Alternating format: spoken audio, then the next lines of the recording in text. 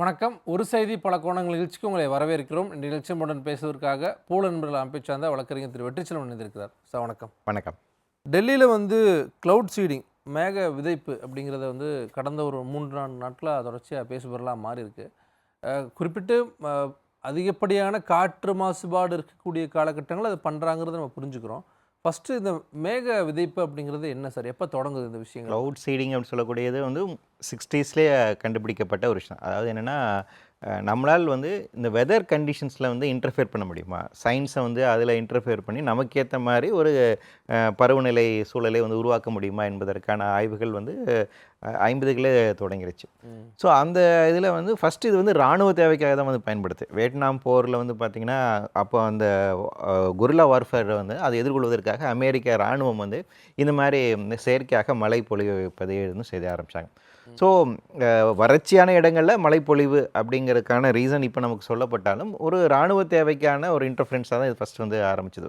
அதாவது இயற்கையை வெப்பனைசேஷன் பண்ணணும், எதிராளிகள் அழிக்கிறதுக்காகவோ தாக்குவதற்காகவோ மழை பெய்ய வைக்கிறது. அந்த அளவுக்கு ஒரு கிளைமேட்டை நம்ம வெப்பனாக மாற்றுவது என்பதற்கான துவங்கப்பட்ட ஒரு ஆய்வு. அதற்கு பின்பாக வறட்சியான இடங்களில் மழை பொழிவதற்கான வாய்ப்பை உருவாக்க முடியும் அப்படிங்கிறது கண்டுபிடிச்சாங்க. இதில் ரொம்ப சிம்பிள் என்னென்னா, உங்களுக்கு மலை மேகம் உருவாகுது இல்லையா, அந்த மலை மேகம் கண்டென்ஸ் ஆகணும். அதுக்கப்புறமா தான் அது உங்களுக்கு மழை பொழிவாக இருக்கும். அதாவது என்ன ஆகுன்னா, அதில் இருக்கக்கூடிய அந்த ஈரப்பதம் அப்படிங்கிறது அது கிறிஸ்டலைஸ் ஆகணும். கிறிஸ்டலைஸ் ஆனதுக்கப்புறம் தான் அது வாட்டராக மாறும், இல்லைங்க ரெயின் ட்ராப்ஸாக மாறும். அப்போ தான் அது மழை பொழிவு உண்டாகும். ஸோ அது இயற்கையாக நடக்கக்கூடிய ஒரு நிகழ்வு. ஆனால் மலை மேகங்கள் மட்டுமே இருக்குது, ஆனால் மழை பொழிய மாட்டேங்குது. அப்படிங்கும் போது இந்த சில்வர் அயோடைன் அல்லது சோடியம் குளோரைடு போன்ற இந்த மாதிரி கெமிக்கல்ஸை தூவும்போது அது என்ன பண்ணால் அதை கண்டென்ஸ் பண்ணது அதை மழை துளியாக மாற்றும், மழை பொழிவு ஏற்படும். உருவாக்குறது எப்படி? இப்போ விமானத்தில் பறக்கிறாங்க, அது ஒரு கேமரா காட்சிகள் காட்டப்படுது. ஃபஸ்ட்டு அது எப்படி உருவாக்கப்பட்டு அதன் பிறகு அந்த விமானங்களில் ஏற்றி செல்லப்படுது? ஸோ அந்த சால்ட்டை எடுத்துகிட்டு போகிறாங்க. நான் சொன்ன இந்த 2 கெமிக்கல்ஸ் இருக்கு இல்லைங்களா, இந்த கெமிக்கல்ஸை எடுத்துகிட்டு போய் அது ஃப்ளேர் அப் பண்ணுவாங்க. ஸோ அதுவும் என்ன பண்ணுன்னா, ஏற்கனவே மலை மேகங்களோட இருக்கும்போது அதோட போய் இது ரியாக்ட் பண்ணும். மேகங்களில் தூவப்படும், அது மேகங்கள் தூவப்படும். ஸோ அது என்ன பண்ணுறாங்க, அதான் ஒரு ஏர்க்ராஃப்டில் அதை எடுத்துகிட்டு போயிட்டு அது குறிப்பிட்ட உயரத்துக்கு எடுத்துகிட்டு போயிட்டு மலை மேகங்கள் இருக்கக்கூடிய பகுதிகளில், இது மலை மேகங்களை உண்டாக்காது. நம்ம ஒரு விஷயம் புரிஞ்சுக்கணும், ஆல்ரெடி அங்கே மலை மேகங்கள் இருக்கணும். அந்த மலை மேகங்கள் இருக்கும் போது இந்த கெமிக்கல்ஸை தூவணும், இது அதோட ரியாக்ட் பண்ணும். ஸோ இந்த கெமிக்கல்ஸ் போய் வெறுமனே ரியாக்ட் பண்ணி இது மழை பொழிவும்போது மேகங்களை உண்டாக்குவது செய்வதில்லை.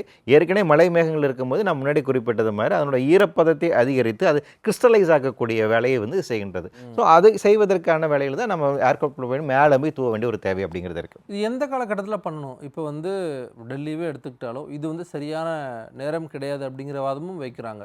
குறிப்பிட்டு மழை காலங்களில் தான் அது பண்ணணுமா? இப்போ குளிர்காலங்கள்லாம் தொடங்கிடுச்சு டெல்லியில். இல்லை, அதாவது குளிர்காலம் மழை காலங்கள் தாண்டி மழை மேகங்கள் இருக்கும் போது நீங்கள் செய்யலாம், அவ்வளோதான். ஸோ மேகங்களோட ஃபார்மேஷன்ஸ் எப்போ வேணால் நிகழும்.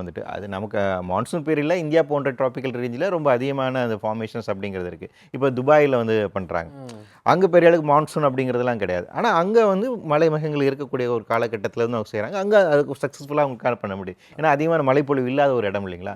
ஸோ அப்போ அந்த இயற்கை சூழல் அங்கே இருக்கக்கூடிய அந்த கிளைமேட்டிக் கண்டிஷன்ஸ் என்ன இருக்குதோ அங்கே மலை மேகங்கள் இருக்குதா அப்படின்னு அதன் அடிப்படையில் அதை ஆய்வு செய்து அதன் அடிப்படையில் தான் அவங்க இது பண்ணுறாங்க. ஸோ இந்த குறிப்பிட்ட காலத்தில் தான் செய்ய முடியும் அப்படிங்கிறது இல்லை.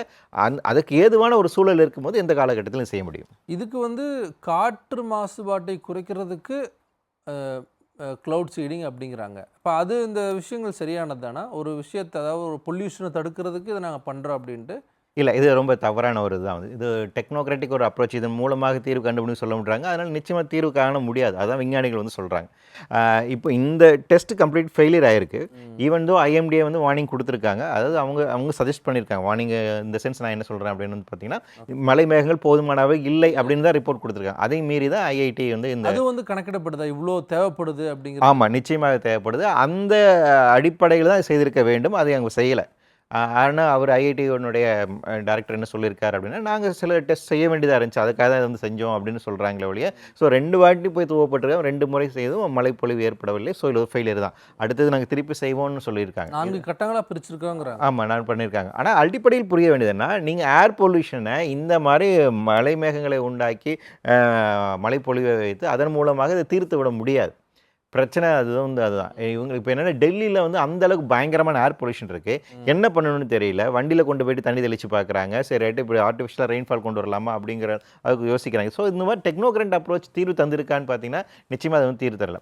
இந்த மழைப்பொழிவு செய்வதன் மூலமாக என்ன அவங்க நினைக்கிறாங்கன்னா அந்த டஸ்ட் பார்ட்டிகல்ஸ் வந்துட்டு டிஸ்பர்ஸ் ஆகிடும்னு நினைக்கிறாங்க. இப்போ என்ன பிரச்சனைனா இது வந்து குளிர்காலம் இல்லைங்களா? குளிர்காலமாக இருக்கின்றதுனால வந்து பயங்கரமான இந்த மாக் இருக்கும், பனிமூட்டங்கள் இருக்குது. இந்த பனிமூட்டங்களோட இந்த ஸ்மோக்கு நம்மளுடைய புகை இருந்து இருக்கு இல்லையா, தீபாவளி காலகட்டத்தில் இருக்கிறோம், இந்த புகையும் ரெண்டுமே சேர்த்து ஸ்மாகாக மாறிடும். அது அப்படியே அங்கே பயங்கரமாக தேடும்.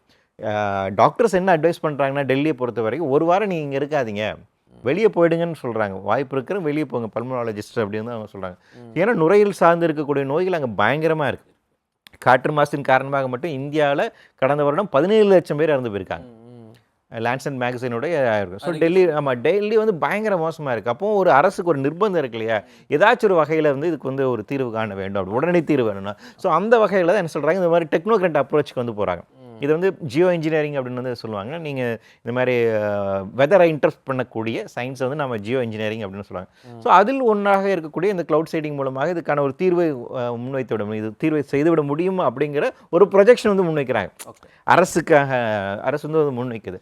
ஆனால் தீர்வு எப்படி இது பண்ணுறாங்க? இப்போ ஏர் பொல்யூஷனை வந்து கட்டுப்படுத்தணுங்கிறது ஒரு பார்வை இருந்தாலுமே இப்போ மற்ற நாடுகள் இதை கட்டுப்படுத்துறதுக்கு க்ளவுட் சீடிங்கை தான் பண்ணுறாங்களா, இல்லை வேறு என்ன மாதிரியான அப்ரோச்சை கொண்டு வரல? நான் அறிந்த வரைக்கும் எந்த நாட்டிலையுமே வந்து ஏர் பொல்யூஷனை மட்டுப்படுத்துவதற்காக க்ளவுட் சீடிங்கை வந்து பயன்படுத்தப்படவில்லை.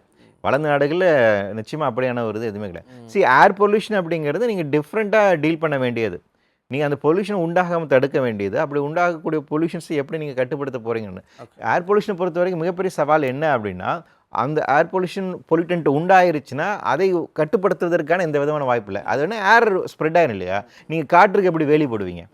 அதனால தான் வந்து ஏர் பொல்யூஷன் பொறுத்து ஏர் ஆக்ட் நம்ம தனியாக வச்சுருக்கோம், ஏர் குவாலிட்டி இண்டெக்ஸ் நம்ம வச்சுருக்கோம். நம்ம ஏர் குவாலிட்டியினுடைய ஒவ்வொரு இருக்கக்கூடிய வாயுகளுக்காக இருக்கட்டும், டஸ்ட் பார்ட்டிகலாக என்ன ஸ்டாண்டர்ட்ஸ் இருக்குங்கிறக்க அந்த ஸ்டாண்டர்ட்ஸ் வச்சுருக்கோம். ஏர் குவாலிட்டி ஸ்டாண்டர்ட்ஸ் நம்ம வச்சுருக்கோம். 8 பேராமீட்டர்ஸ் நம்ம வச்சுருக்கோம். வச்சு அதுக்கப்புறம் மானிட்டர் பண்ணுறோம். ஒவ்வொரு இண்டஸ்ட்ரிக்கும் ஏர் ஆக்ட் கீழே வந்துட்டு நீங்கள் அனுமதி பெற்றதுக்கு பின்பாக தான் செயல்படுன்னு சொல்கிறோம். அப்போ ஒரு இண்டஸ்ட்ரியில் வந்துட்டு அவங்களோட புகைப்போக்கியின் மூலமாக எத்தகைய கழிவுகள் வெளியேறுகின்றன என்பது கண்டினியூஸாக நீங்கள் மானிட்டர் பண்ணணும். எந்த அளவுக்கு எந்த உயரத்தில் நீங்கள் புகைப்போக்கி வைக்கணுங்கிறது, அந்த சிம்னி வைக்கிறாங்க இல்லைங்களா, அது வந்து குறிப்பிட்ட ஹைட்டில் வைக்கணும்னு சொல்லுவாங்க. ஏன் அப்படின்னா அப்போ தான் காற்றில் டிஸ்போஸ் ஆகும். அது சின்ன அளவில் வைக்கக்கூடாது, ரொம்ப உயரம் இடத்துல வைக்கணும் அப்படின்னு ஒவ்வொரு இண்டஸ்ட்ரி பொறுத்து வைக்கிறோம். அப்போ இவ்வளோ மானிட்டரிங் மெக்கானிசம் இருக்குது, இவ்வளவு நாம் செயல்படுத்துறதுக்கு முன்னாடி இருக்குது. நீங்கள் அதை ஒழுங்காக கண்காணிக்காமல், ஒரு இண்டஸ்ட்ரியோட செயல்பாடை ஒழுங்காக நம்ம கண்காணிக்காமல் ஏர் பொல்யூஷன் தடுத்து நிறுத்த முடியாது. அது நீங்கள் வந்து ஒரு சைக்கிளாக சொல்கிறீங்க. அதாவது இப்போ ஏர் பொல்யூஷன் உண்டாகிறதுக்கான காரணம் பெரிய பெரிய நிறுவனங்கள், அதே போல் வாகனங்கள், அண்டை மாநிலங்கள்லேருந்து வரக்கூடிய புகையும் ஒரு காரணமாக இருக்குது. புகையும் ஒரு காரணமாக இருக்குது. அதே நேரத்தில் தீபாவளி காலங்களில் அதிகமான பட்டாசு வெடிச்சது ரொம்ப முக்கியமான. இப்போ இந்த ஹைக்கை பயங்கரமாக இருக்குது தீபாவளி நேரத்தில் வெடிக்கப்பட்ட அந்த புகைகள் வந்து இன்னுமே அப்படி ஸ்டாக்னட்டாக நின்று இருக்குமா அது? ஆமாம், அது டிஸ்பர்ஸ் ஆகலை அப்படிங்கிறது தான் பெரும் பிரச்சனையாக இருக்குது. அது என்னென்னா இந்த இதுலேருந்து வர பார்க்குறது இந்த டஸ்ட் பார்ட்டிகல்ஸை பொறுத்த வரைக்கும் இந்த பிஎம் பார்ட்டிகல்ஸ் அப்படின்னு சொல்லுவாங்க, பர்டிகுலர் மேட்டர்ஸ் அப்படின்னு சொல்லிட்டு அதில் வந்து அதனோட நுண்ணிய துகளினுடைய அளவை பொறுத்த அளவுக்கு அதை வந்து கேட்டகரைஸ் பண்ணுவாங்க. PM 2.5 இருக்குது, PM 10 அப்படின்னு ஒவ்வொரு கேட்டகரிஸ். இந்த தீபாவளி காலகட்டத்தில் வெடிக்கப்பட்ட பட்டாசின் காரணமாக வந்திருக்கக்கூடிய துகள்கள் எல்லாமே இந்த PM கேட்டகரிஸ் தான் வரும். இவை அந்த துகள்கள் அதிகமாக இருக்குது. ஏன் துகள்கள் வந்து அப்படியே ஸ்டாக்னட்டாக நிற்குது? அது நான் முன்னாடி குறிப்பிட்டது மாதிரி வந்து பனி மூட்டை அதிகமாக இருக்குது. ஸோ அது வந்து டிஸ்பர்ஸ் ஆக மாட்டேங்குது, அதை ரொம்ப சேர்ந்து அப்படியே இருக்குது. நீங்கள் திருப்பி திருப்பி அதுதான் நீங்கள் சுவாசிக்கிறீங்க. அதாவது இந்த பனி மூட்டங்கள் இல்லாத போது என்னென்னா காற்றில் அது வந்து பறந்து போயிடும், ஒரு லேயர் அப்படியே நின்று தடுக்குது அது. அப்போ ஆமாம், அதாவது என்னென்னா உங்களுக்கு சிட்டியை சுற்றி வந்து இப்படி பனி மேகங்கள் இப்படி மூட்டு இருக்குது இல்லைங்களா, இந்த பனி மூட்டில் இதோடு சேர்ந்துட்டு புகை இருக்கும்போது உள்ளே சுற்றிக்கிட்டு இருக்குது, இது வெளியே போக மாட்டேங்குது. அப்போ இங்கே இப்படி இப்படி ஒரு சர்க்குலர் நடந்துகிட்டே இருக்கனால அவங்க அப்போ நீங்கள் திருப்பி திருப்பி அதுதான் நீங்கள் சுவாசிக்கிறீங்க. நுரையீரல் பயங்கர பிரச்சனையை உண்டாக்குது. அது கலைந்து போவதற்கான வாய்ப்பு இல்லை. அது கலைந்து போக செய்வதற்காக என்ன பண்ணுறாங்க, வண்டியில் கொண்டு போய் அவங்க ஸ்ப்ரிங்கிள் பண்ணுறது, தண்ணி தெளிக்கிறது, இந்த மாதிரி இருக்காங்க. ஸோ அதனோட உச்சகட்டமாக அடுத்த வடிவமாக என்ன பண்ணுறாங்க, மேலே இருந்து நம்ம தண்ணியை இது பண்ணால் என்ன அர்த்தம்? அதில் ஒரு விஷயம் நீங்கள் சொல்ல மாதிரி இந்த பிஎம் பார்ட்டிகல்ஸ் அப்படின்னு சொல்கிறீங்க.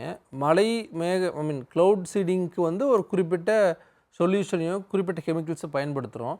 இங்கே ஒரு அந்த பார்ட்டிக்கல் ஒரு கெமிக்கலாக இருக்குது, ரெண்டு ரியாக்ட் ஆகும்போது அது இனிமேல் ஒரு மிகப்பெரிய ஒரு அபாயகரமான சூழல் தானே உண்டாக்கும். எக்ஸாக்ட்லி இந்த பிரச்சனை தான் இருக்குது. இந்த மாதிரி ஜியோ இன்ஜினியரிங் மெத்தடாலஜி பொறுத்த வரைக்கும் இதனோட சைடு எஃபெக்ட்ஸ் என்ன அப்படிங்கிறது நமக்கு வந்து தெரியல.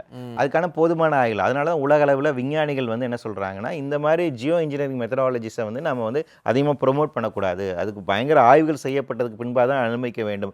ஒரு பகுதியில், அதாவது இன்னும் அந்த மலை கூமைகள் இருக்குன்னா அது இன்னொரு பகுதியில் இயல்பாக மழையாக மாறி இருக்கணும் இல்லைங்களா? நீங்கள் அப்போ இன்னொரு பகுதியில் பெய்ய வேண்டிய மழையை தடுத்து நிறுத்தி நீங்கள் மழை பொழிய செய்கிறீங்க. அப்போ அதன் காரணமாக என்ன இயற்கையாக கூட பேலன்ஸ் வந்துட்டு மிஸ் ஆகுது. அதனோட பாதிப்பு என்ன ஆகும்? அப்போ இயற்கை ரீதியாக என்ன மாற்றம் ஏற்படுதுங்கிறது ஒன்று.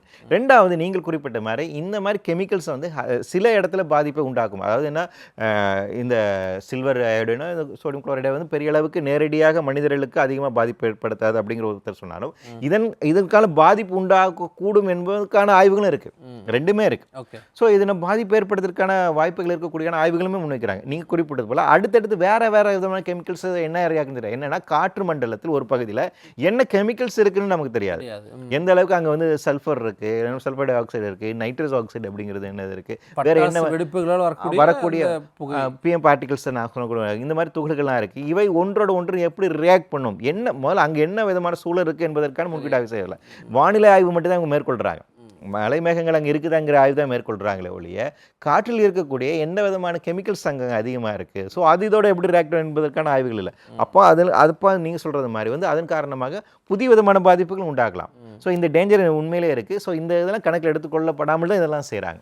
கடந்த காலங்களில் வந்து தமிழ்நாட்டில் கூட க்ளவுட் சீடிங் பண்ணியிருக்கிறாங்கன்னு படிக்க முடிஞ்சு, கர்நாடகாவில் பண்ணியிருக்காங்க. அப்போ அதெல்லாமே வந்து விவசாயத்துக்காக, வறட்சி போக்குறதுக்காக பண்ணதா? இல்லை, அதான் விவசாயிக்காக தான் பண்ணுது. அது என்னென்னா, ஒரு காலகட்டத்தில் வந்து என்னென்னா, அவ்விதமான விஞ்ஞான வளர்ச்சி என்பது தான் அடுத்த கட்ட முற்போக்கான ஒரு விஷயம் அப்படின்னு ஒரு பார்வை இருந்துச்சு. உங்களுக்கு 60s 70sலாம் வந்து உங்களுக்கு அந்த பார்வை இருந்துச்சு. நம்ம வந்து அடுத்த பாய்ச்சலில் வந்து வளர்ச்சி அடைய வேண்டும். அப்போ அந்த வகையில் மழை இல்லையா, நம்ம வந்துட்டு செயற்கையாக மழையை உண்டாக்குவோம், தண்ணி இல்லையா, இந்தியாவில் இருக்கிற எல்லா நதிகளும் இணைப்போம் அப்படின்னு பிரம்மாண்டமாக வந்து டெக்னோகரண்ட் சொல்யூஷன்ஸ் வந்துட்டு ஒரு காலத்தில் வந்து முன்வைக்கப்பட்டது. ஆனால் இந்த டெக்னோகரண்ட் சொல்யூஷன்ஸ் வந்து அது நிரந்தரமான சொல்யூஷன்ஸ் அல்ல, நிரந்தரமான தீர்வு இல்லை. இது மக்களுக்கு போதிய விதமான வந்து நன்மையை பயக்கவில்லை. இதனால் ஆபத்துகள் தான் அதிகமாக இருக்குது, பிரச்சனை தான் அதிகமாக இருக்குன்னு தெரிஞ்சதுக்கு பின்பாக தான் இந்த மாதிரி டெக்னோகிரான்ஸ் தீர்வுலேருந்து நகரை இன்னைக்கு என்னென்னா நேச்சுரல் பேஸ் சொல்யூஷன்ஸ் அப்படின்னு போகிறாங்க. இயற்கையை சார்ந்து இருக்கக்கூடிய, இயற்கை எந்த விதமான பாதிப்பு ஏற்படுத்தக்கூடாத அளவிலாக இருக்கக்கூடிய தீர்வுகளை நோக்கி நாங்கள் நவர வேண்டும் அப்படிங்கிற ஒரு பார்வை இன்னைக்கு முக்கியம் வச்சுட்டு இருக்காங்க. ஸோ அதை நோக்கி பயன்பட்டுருக்காங்க. அந்த ஒரு காலகட்டத்தில் நம்ம திருப்பி வந்து டெக்னோகிராண்ட் தீர்வுக்கு போவது என்பது வந்து சரியான விஷயமா இருக்க முடியாது. தொடர்ச்சியாக வந்து படிக்கும்போது மெட்ராலஜிக்கல் சார்ந்த விஷயங்கள் வரும்போது 2009 சார்ந்த ஆய்வுகள்லாம் பண்ணியிருக்காங்க. பட் ஆனால் அந்த ஆய்வுக்கு பிறகும் வந்து இது எப்படி வந்து நம்ம செய்யணும், எப்படி பண்ணக்கூடாது அப்படிங்கிற ஒரு முடிவு இன்னும் வராமல் இருக்கா? இதுக்கு உலக அளவில் சில கன்வென்ஷன்ஸ் இருந்துச்சு. அதாவது என்னென்னா, காலநிலை மாற்றம், கிளைமேட் சேஞ்ச் பிரச்சனை, குளோபல் வார்மிங்கில் பிரச்சனை வரும்போது மெயினாக அதில் என்ன பெரிய பிரச்சனை, உங்களுக்கு வந்து CO2 லெவல் இன்க்ரீஸ் ஆகிறது தானே. அப்போ என்னென்னா, கார்பன் சிங்கரைசேஷன் அப்படிங்கிறதுக்கான ஒரு இது இருக்குது. அதாவது இந்த கார்பனை செயற்கையாக வெளியேறப்பட்ட இந்த கார்பனை எப்படி நம்ம வேற இடமா மாற்றுவது, அது எப்படி கேப்சர் பண்ணுவது, இதுக்கான டெக்னாலஜி வளர்த்தெடுக்க முடியுமா அப்படிங்கிறதுக்கான சில விஞ்ஞானிகள் சில தீர்வு வச்சாங்க. இப்போ பில் கேட்ஸ் எல்லாம் கூட இதை தான் ப்ரொமோட் பண்ணுறாரு. அவர் வந்து இந்த ஜியோ இன்ஜினியரிங் ஆஸ்பெக்ட் வந்து பார்க்குறாங்க. ஸோ அந்த மாதிரி மல்டிநேஷனல்ஸ் கம்பெனிஸ் இவங்களாம் என்ன இதில் வந்து ஒரு வர்த்தகத்தை பார்க்குறாங்க. இப்போ ஜேம்ஸ் பாண்ட் படத்துலலாம் நம்ம பார்க்குறோம் இல்லையா, ஸ்பேஸில் வந்து மிகப்பெரிய ஒரு கண்ணாடி வைக்கிறது, பெரிய ஒரு ராக்கெட் மூலமாக சில தீர்வுலாம் செய்கிறது அப்படிங்கிற அந்த மாதிரியான தீர்வுகளை வந்து வைக்கிறாங்க. ஸோ இந்த கிளைமேட் சேஞ்ச் இஷ்யூஸ்க்காக இருக்கட்டும், அப்போ இந்த ஜியோ இன்ஜினியரிங் ஒரு முக்கியமான சொல்யூஷன்ஸாக வச்சாங்க. கிளைமேட் சேஞ்ச் குறித்தான மாநாடுகளையுமே அதை வந்து முன் வச்சாங்க. ஆனால் பெரும்பான்மையான சயின்டிஸ்ட் வந்து அதை ஏற்றுக்கல. இதில் நிறைய சிக்கல்கள் இருக்குது, இந்த ஆய்வுகளில் நிறைய பிரச்சனைகள் இருக்குது. எனவே நம்ம வந்து ரொம்ப குறிப்பிட்ட இடத்துல மட்டும்தான் அதை நாம் வந்து பல்வேறு விதமான சோதனைகள் செய்யப்பட்டதுக்கு பின்பாக மட்டும்தான் அனுமதிக்கணும். அப்போ இன்னைக்கு உலக அளவில் வந்து பார்த்தீங்கன்னா இப்படியான ஜியோ இன்ஜினியரிங்கை நாம் இன்னும் அலோவ் பண்ணலை. இப்போ இந்த க்ளவுட் சீடிங் அப்படிங்கிறது சில நாடுகளில் மட்டும்தான் செய்யப்படுறீங்களா, பல நாடுகளில் இது செய்கிறது கிடையாது. இந்த மாதிரி எக்ஸ்பெரிமெண்ட்ஸ் வந்துட்டு இப்போ துபாய் போன்ற சில நாடுகள் மட்டும் இன்னைக்கு வரைக்கும் கன்டினியூ பண்ணிட்டு இருக்காங்க. அப்போ இதில் இருக்கக்கூடிய சைடு எஃபெக்ட்ஸ் அப்படிங்கிறது அதிகமாக அங்கெல்லாம் அந்த க்ளவுட் சீடிங் பண்ணும்போது பயங்கர ஹெவி ரெயின்ஸ் எல்லாம் பார்க்குறோம். ஆமாம் சரி. இப்போ இந்தியாவில் வந்து 1970s நம்ம IMDAல இருக்கக்கூடிய அப்போது தலைவராக இருந்தவர் தான் ஒரு ஆய்வு பண்ணுறாரு. முக்கியமான அவர் பலூன்லேயே அதை வந்து பண்ணுறாரு, ஏர்கிராஃப்ட் பண்ணுவார். அவர் பண்ண ஒரு காலகட்டத்தில் வந்து பார்த்தீங்கன்னா தண்ணி பயங்கரமாக ஃப்ளட் ஆகிருக்கு. அந்த மாதிரி பாருங்க அந்த அளவுக்கு அதிகமான மழைப்பொழிவை வந்து எக்ஸ்பெக்ட் பண்ணாத அளவுக்கு ஆமாம் அதனால மழைப்பொழிவு நடக்கும். அப்போ எந்த அளவுக்கு மழைப்பொழிவு இருக்கும் அப்படி அதான் சொல்கிறேன், நீங்கள் இதை ப்ரெடிக்ட் பண்ண முடியாது. ஓகே. நீங்கள் கரெக்டாக கால்குலேட் பண்ணி இதுதான் நடக்கும்னு சொல்ல முடியாது. ஏனென்றால் வெதர் சிஸ்டம் அப்படிங்கிறது என்னன்னா ஒரு பகுதியில் பூமியில் இருக்கக்கூடிய இயங்கக்கூடிய ஒரு அங்கம் அப்படிங்கிறது இன்னொரு இதோட கனெக்ட் ஆகிருக்கு. நம்மளுடைய ஏர் சர்க்குலேஷன்ஸாக இருக்கட்டும், ஓஷன் சர்க்குலேஷனாக இருக்கட்டும், இது ரெண்டுமே இன்டர்லிங்க்டாக இருக்குது. ஓகே. அப்போ பூமியில் இயல்பாக நடக்கக்கூடிய இந்த நிகழ்வு முறை இருக்குல்ல, அது ஒரு பகுதியில் ஒரு மாற்றம் ஏற்பட்டால் இன்னொரு பகுதியில் என்ன விளைவு உண்டாக்குன்னு உங்களால் அசஸ் பண்ண முடியாது. அதனால தான் வெதர் ப்ரெடிக்டிங்கில் இவ்வளோ பிரச்சனை இருக்குது. அப்படி இருக்கும் போது இப்படியான தொழில்நுட்ப ரீதியாக செய்யக்கூடிய இதனுடைய விளைவு என்னவாக இருக்கும் என்பது துல்லியமாக அசஸ் பண்ணுவதற்கான போதுமான டெக்னாலஜி நம்மகிட்ட இல்லை. அப்படி இருக்கின்ற வகையில் இதை நடைமுறைப்படுத்துவது என்பது மிக மிக ஆபத்தானதான். ஓகே.